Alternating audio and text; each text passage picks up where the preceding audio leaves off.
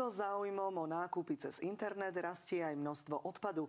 Vzniká tak nový ekologický problém, ktorý treba riešiť. Európska komisia navrhuje zmenu, podľa ktorej by v najbližších rokoch museli e-shopy používať ekologické škatule. Niektoré európske krajiny ich používajú. U nás je to novinka. Kartóny, plastové obaly, bublinkové fólie. Realita online nakupovania.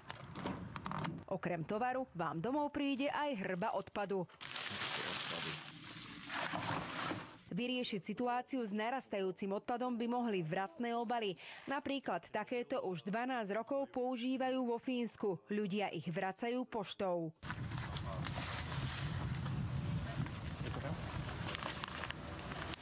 Existuje už aj slovenská verzia. Vratné obaly sú vyrobené zo špeciálneho recyklovateľného plastu. Tovar chránia pred vodou aj zničením.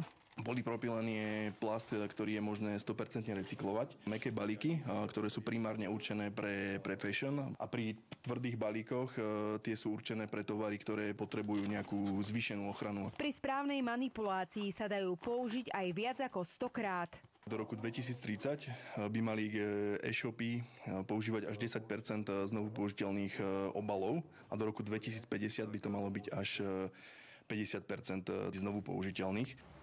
Vrátiť sa dajú poštou alebo kuriérom. Mám pre vás balíček. Krabicu pri doručení a si otvorí a skontroluje si tovar, ktorý si objednal, a tú krabicu jednoducho odovzdá kuriérovi. Od budúceho roka plánujeme túto možnosť rozšíriť, kedy zákazníci navštevujú vydané miesta alebo boxy, kde si chodia zásilky tiež vyzdvihovať. Nech sa páči. Ďakujem. Ďakujem. Dovidenia. Novinku zatiaľ ponúka len niekoľko e-shopov, väčšinou také, ktoré sú ekologicky zamerané.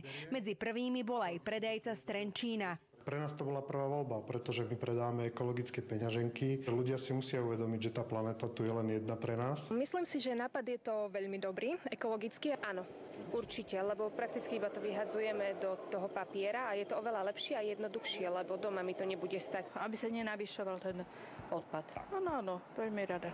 Novinku už testuje aj slovenský operátor, či jedno z najväčších slovenských knihkupectiev. Veronika Tesáková, televízia Markíza.